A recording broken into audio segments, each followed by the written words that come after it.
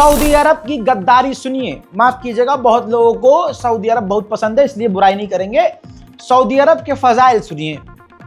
Saudi अरब मुसलमानों का रहनुमा बनने वाला देश, मुस्लिम देशों में अपने आप को सबसे ऊंचा, और अरब के वो लोग जो अपने आप को मुसलमानों में सबसे बेहतर और असली मुसलमान मानने वाले लोग हैं।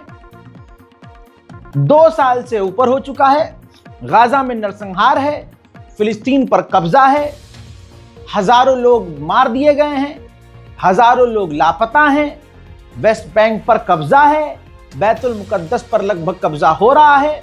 इजराइल ने जॉर्डन, इजिप्ट और आसपास के इलाकों पर कब्जा करने का ऐलान किया है। ग्रेटर इजराइल के तहत जो नॉन मुस्लिम देश हैं उन्होंने इजराइल से रिश्ते तोड़े हैं। लेकिन अरब को सुनिए, लेकिन सऊदी अरब की खासियत सुनिए। रिपोर्ट आपकी स्क्रीन पर। सऊदी अरब, जी हां, और अमेरिका ने डील की है। कौन सी डील? देखिए, यूएस डिपार्टमेंट ऑफ डिफेंस यानी अमेरिका की डिफेंस की सरकारी वेबसाइट पर है। सबूत खंगाल के निकालने में ना जान निकलती है हमारे एडिटर्स की, तो शेयर कीजिएगा और दुआ दीजिएगा। ये देखिए, दोनों देशों ने पार्टनरशिप प्रोग्राम पर साइन किया है। किस पे? अमेरिका और सऊदी अरब ने डिफेंस पर, हथियारों पर और साथ मिलकर जंगी तैयारियां, जंगी मशकें डील की है। जहां दूसरे देश अमेरिका और इजराइल से दूर हो रहे हैं, अरब देश का ये अपने आप को जो सबसे बड़ा घोषित किया हुआ है मुसलमान देश सऊदी, ये अमेरिका से डील कर रहा है। अब बताइए यहां, चलिए ठीक है, आप लोगों को बुरा लगता है। सऊदी अरब बहुत बढ़िया देश है भाई, सऊदी अरब से कोई बढ़िया है ही नहीं। सऊदी अरब सच्चा मुस्लिम देश है। मोहम्मद बिन सलमान पूरी दुनिया का सबसे बेहतरीन मुसलमान है। ठीक, खुश रहिए भैया, आप लोगों से कोई नहीं जीत सकता। हजरात, दूसरी तरफ देखिए, एक नॉन मुस्लिम देश ब्राजील, जिसने इजराइल अपना एम्बेसडर भेजने से इनकार कर दिया। 2 देशों के बीच जब अच्छे संबंध होते हैं तो दोनों देशों के एम्बेसडर एक दूसरे के देशों में जाकर रहते हैं ऑफिशियली, और यह जरूरी होता है। ब्राजील और इजराइल के रिश्ते ठीक हैं, जिसकी वजह से एम्बेसडर एक दूसरे देशों में रहा करते थे। इस बार जब नए एम्बेसडर चुने गए हैं, ये बदलते रहते हैं, तो ब्राजील ने इनकार कर दिया है कि इजराइल जो जेनोसाइड कर रहा है, इजराइल जो जंग को बढ़ावा दे रहा है, और इजराइल के जो इस वक्त चाल चलन है, उसकी वजह से हम फिलहाल, यानी ब्राजील फिलहाल इजराइल अपना एम्बेसडर नहीं भेजेगा। देखिए, अल नस्र अस्पताल पर कल बमबारी की, यह मामला बहुत बड़ा है। अल नस्र हॉस्पिटल के ऊपर इजराइल ने जब बमबारी की तो उसमें 6 पत्रकार जो विदेशी थे, ठीक, अमेरिकी चैनलों के लिए काम कर रहे थे, मारे गए, जिसमें रॉयटर्स, एपी, एनबीसी, अल जजीरा जैसे टॉप चैनल के पत्रकार थे। 6 पत्रकार मारे गए और 20 से ज्यादा फिलिस्तीनी साथ में और शहीद हुए। जब यह मामला बढ़ा, एक बार फिर से उछाल पकड़ा इस मामले ने, तो नेतन्याहू ने, मैंने आपको दिखा दिया था इससे पहले की रिपोर्ट में, नेतन्याहू ने ऑफिशियली ट्वीट किया और कहा कि भाई हमारा कोई ऐसा इरादा नहीं था, ना हमारी ऐसी कोई प्लानिंग थी। ये अफसोस की बात है, हमें अफसोस है कि पत्रकार मारे गए।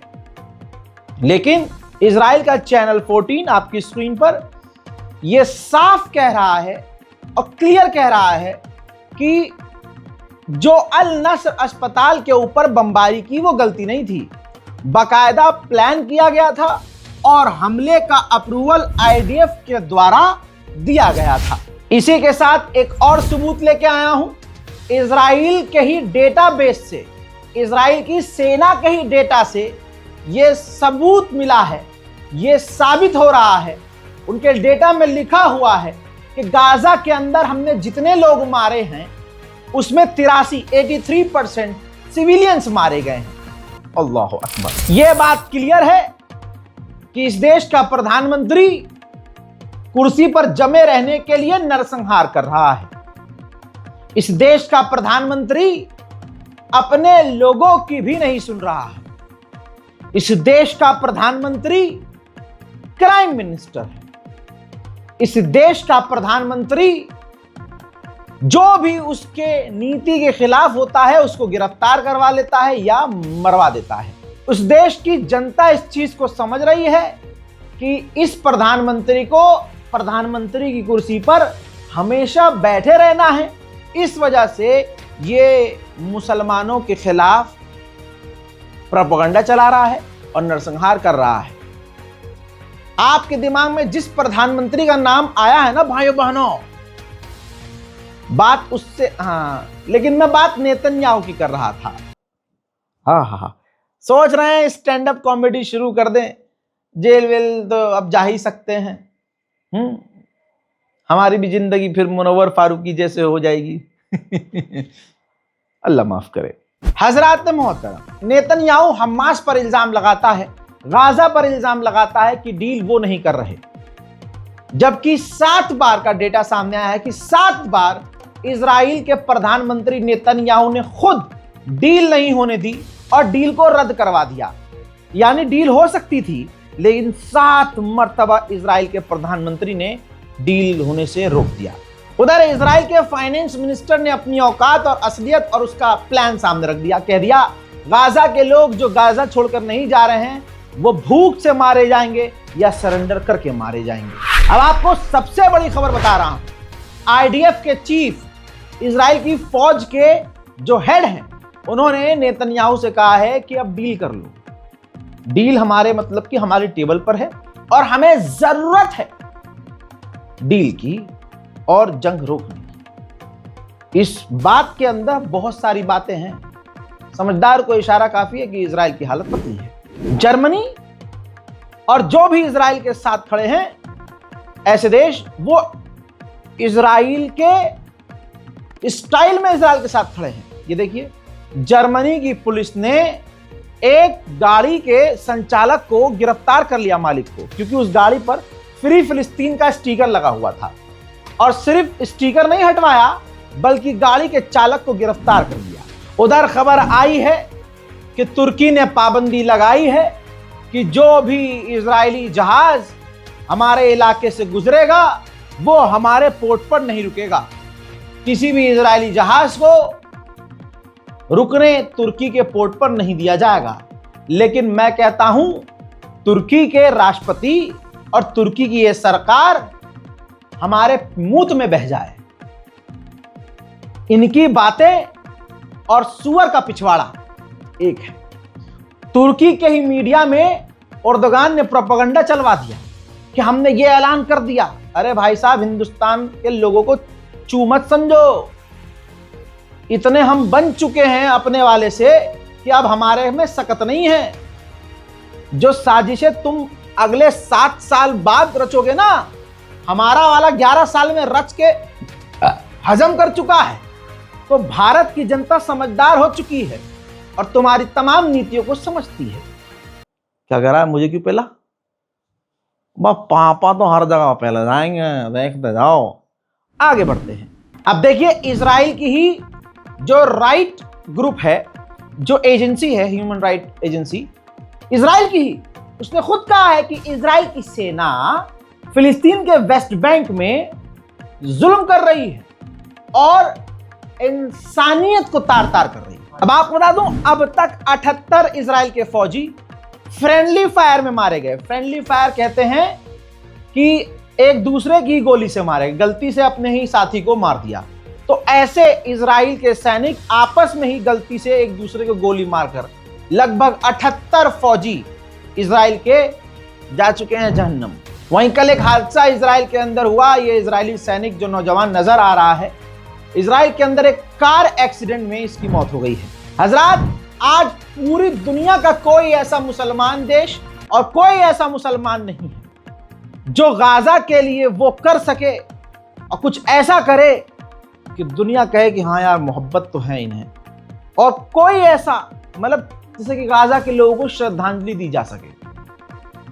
शर्म आनी चाहिए। अब सुनिए ये खबर, देखिए। बल्कि ये इटली के एक पादरी हैं, इन्होंने 7 घंटे तक उन बच्चों के नाम पढ़े जो इजराइल की बमबारी में शहीद हुए। यानी भाई जब 18 से 20 हजार बच्चे मारे जाएंगे और उनकी वल्दियत समेत 18,000 बच्चों के नाम पढ़े जाएंगे तो 7-8 घंटे लगेंगे ना।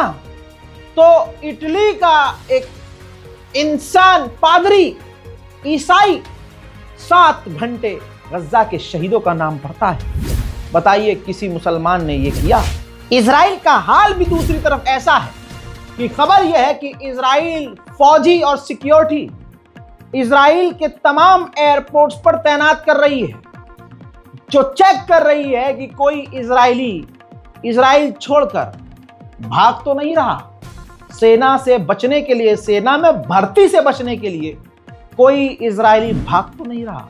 वहीं मिडिल ईस्ट से एक अच्छी खबर, अमेरिका की फौज की एक टुकड़ी इराक के सेंट्रल इलाके बगदाद से निकलना शुरू हो चुकी है। एक दिन देखना दोस्तों, यह अमेरिका इजराइल के चक्कर में अपने आप को तबाह कर लेगा इंशाअल्लाह। और वो शुरुआत हो चुकी है। आपके दिल को ठंडक मिलेगी। सुनिए, अमेरिका की फौज का कमांडर सार्जेंट जिसने 20 साल तक अमेरिकी सेना के लिए काम किया, भाई साहब 20 साल, उसने इजराइल के तमाम गुनाहों को देखते हुए इजराइल को गलत कह दिया, सच बोल दिया यानी, और इजराइल को कह दिया कि भैया इजराइल गलत कर रहा है, जेनोसाइड कर रहा है, वॉर क्राइम कर रहा है, इजराइल के खिलाफ पोस्ट कर दिया। इजराइल तो दूर की बात, अमेरिका की ही गवर्नमेंट ने उसके खिलाफ इन्वेस्टिगेशन जारी कर दी, हत्ता कि घोषित कर दिया कि ये जो अमेरिकी फौज का, हमारी फौज का जो सार्जेंट है, यह हमारे लिए, हमारी सिक्योरिटी के लिए अब खतरा है। सुनेंगे उस सार्जेंट का बयान। So after 20 years of service in the military, yesterday I got pulled into an officer's office and counseled for a post that I have on my social media. During the counseling, they told me I'm under investigation as a threat to national security. When I asked for proof, like what the posts were yesterday, they refused to give it to me. They made me come back today to further go over stuff. They gave me the proof, and the proof they gave me are anti-Israel posts. Now, when I joined the military, I took an allegiance to support the United States of America. I did not ever take an allegiance to support Israel. But yet, एक Israeli रब्बी channel पर कह रहा है कि जो Gaza का इलाका है, दूसरा बचा कुचा, उसको भी खान यूनुस की तरह तबाह कर देना चाहिए। गाजा में कोई इनोसेंट नहीं है, उस पर पूरी तरह से कब्जा करना चाहिए। कॉपीराइट के चक्कर में इस तरह की वीडियो मैं आपको नहीं दिखाता हूं, क्योंकि ये दूसरे चैनलों की वीडियो है। अगर हम दिखाएंगे आपको, पहली बात तो समझ में नहीं आएगा, दूसरी लैंग्वेज में होता है, और मैं सुनकर समझकर सबूत के तौर पर पीछे लगाता हूं और आपको वो पूरा मुद्दा शॉर्ट में बताता हूं। हॉलीवुड का एक ऐसा चेहरा जो हम सबका फेवरेट है, हल्क। द हल्क को कौन नहीं जानता? द हल्क का मेन कैरेक्टर करने वाला हॉलीवुड का एक्टर सामने आया और उसने कहा कि ये नेचुरल डिजास्टर नहीं है, ये प्रकृति की आपदा गाजा में नहीं है, ये इंसानों द्वारा, इजराइल के द्वारा गजा के अंदर नरसंहार किया जा रहा है। हम सब मिलकर रोक सकते हैं, दुनिया रोक सकती है, लेकिन रोक नहीं रही। जितने जुल्म कर सकता है इजराइल गाजा के अंदर, वो कर रहा है। तमाम ऐसी बातें हल्क के एक्टर ने की है। आपके सामने ये है सबूत। The group that's responsible for designating starvation or famine in a particular area has just stated that Gaza is in a state of famine. Famine. This is not a natural disaster. It's not a drought. This is a man-made disaster. It's a man-made criminal act to kill civilian populations. And it's being perpetrated by Israel and the IDF. They have all the food in the world on one side of the border. And on the other side, they have nothing. Don't let Gaza starve. Speak up. Don't stop until there's a just and lasting peace. Yes, we must stop this. We must bring the hostages home. अल्लाह अकबर। मैं क्यों अरब को कोसता हूं, भाड़ में जाए भाई। सच बोलता रहूंगा, किसी को बुरा लगे। बहुत यूट्यूबर ऐसे हैं, आप देखेंगे बहुत सारे ऐसे यूट्यूबर हैं जो न्यूज लाइन में थे तो पीछे से डंडा आ गया तो अब वो ट्रैवलर ब्लॉगर बन गए। जिगरा चाहिए सिरात मुस्तकीम पर रहने के लिए। अम्मा अब्बा तो हमारे भी हैं मुन्ना, सिर्फ तुम्हारी अम्मा थोड़ी ना है। सिर्फ डर तुम्हें थोड़ी ना है, डर तो हमारी माँ को भी है कि निकला है रात को जिंदा वापस आएगा कि नहीं आएगा। समझिए इस चीज को। आप भी किसी की औलाद है या आपकी भी औलाद है, आपकी भी औलाद होगी ना। अब जरा सोचिए कि क्या आपकी औलाद को आप अलाउ करेंगे कि वो बातें बोल सके जो मैं बोल रहा हूं। अभी तौल लेंगे आप अपने आप को, अपने ईमान को। नहीं, इतना जिगरा माँ बाप में नहीं होता। मेरी माँ में है, मेरे बाप के जिगर में इतना दम है कि उन्होंने बोला ठीक है बेटा, हमने सब्र कर लिया, इस रास्ते पे तू चल, अल्लाह बहुत बड़ा है। बहुत यूट्यूबर देखे मैंने, अल्लाह ने उन्हें सलाहियत दी, टैलेंट दिया। अब सिर्फ ये नहीं कि भारत के अंदर रहकर गवर्नमेंट पर आलोचना या गवर्नमेंट पर उंगली उठाना बंद कर दिया ना, इजराइल के खिलाफ बोलना बंद कर दिया, अरब की पोल पट्टी खोलना बंद कर दी। बस उन्होंने एक, बहुत सारे यूट्यूबर हैं यार, बहुत बड़े ट्रैवलर बन चुके हैं, ब्लॉगर। लोग देख रहे हैं, मिलियन में व्यूज आ रहे हैं, वो अपनी कमाई बता रहे हैं, मैं ऐसा था, मैं वैसा था, मैं ये था, मैं वो था, अलान। अरे तुम फलान थे, फलान हो और फलान रहोगे। तुमने दीन और दुनिया के बीच तुमने दुनिया को चुन लिया। वरना मेरे जैसे और भी यूट्यूबर हैं अभी जो खतरा मोल ले रहे हैं और हमारे लिए बहुत आसान है। फेस वैल्यू होता है यूट्यूब पर, कॉमेडी बहुत अच्छी हम कर लेते हैं, रोते को हंसा देते हैं। अल्लाह ने ये टैलेंट दिया है। जब हम न्यूज में रोस्टिंग कर सकते हैं तो असल जिंदगी में कॉमेडी करके रोस्ट मार मार के बिग बॉस में तो हम भी पहुंच जाएं। ढके छुपे अल्फाजों में बड़ी बातें बोल रहा हूं, समझिए। ये जो रास्ता है बहुत मुश्किल है। ऐसे लोगों ने क्या किया, जिन्हें अल्लाह ने दी सलाहियत, उन्होंने देखा खतरा है इसमें, पैसा भी कम है, ब्लॉगर बन जाओ। अब ब्लॉगर बन गए भाई साहब, ट्रैवलर बन गए, कोई अपनी बीवी दिखा के फेमस हो रहा है, कोई घर की औरतें दिखा रहा है बहानों से। कल भी कह रहा हूं, बहुत लोगों को लगेगी एक बार फिर से एक झुंड मेरे खिलाफ हो जाएगा, लेकिन हस्बी अल्लाह व निअमल वकील। उन्होंने आसान रास्ता चुना कि भाई देखो इसमें अय्याशी है, आवारागर्दी है, मेहनत भी कम है, सुकून है, अम्मा अब्बा को टेंशन नहीं है, पैसा और कामयाबी भी मिली है माशाल्लाह उन्हें। अल्लाह उन्हें सलामत रखे, अल्लाह उन्हें खूब तरक्की दे भाई, मुझे कोई दिक्कत नहीं है। लेकिन मैं आपको यह समझा रहा हूं, मेरे जैसे और भी होंगे, मैं अकेला थोड़ी ना हूं। मेरे जैसे लोगों को थोड़ा सपोर्ट कीजिए और दुआओं में याद रखिए। ये मेरी हाथ जोड़कर आपसे गुजारिश है कि हमारी हिम्मत न टूटे, क्योंकि आपके सारे काम ऐसे हैं कि आप अच्छों की हिम्मत तोड़ सकते हैं। माजरत के साथ, आपको बुरा लगेगा लेकिन ये सच्चाई है। हमारे दिमाग में भी कभी कभी आता है भाई हम इजराइल के खिलाफ बोल रहे हैं। जो मूसाद जिसका है, मेरा कभी आईफोन हैंग होकर चलता है तो ऐसा लगता है साला पेगासस तो नहीं आ गया, पेगासस तो नहीं डाल दिया।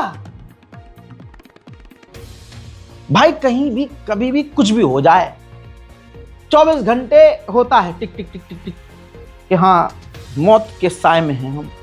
लेकिन आप लोगों को क्या ही फर्क पड़ता। अभी मैं ये बता भी रहा हूँ, दिल की बात कह भी रहा हूँ, तो बहुत लोगों को बुरा लग रहा होगा, अरे ये अपनी बकचोदी करे जा रहा है, खबर तो बता ही नहीं रहा।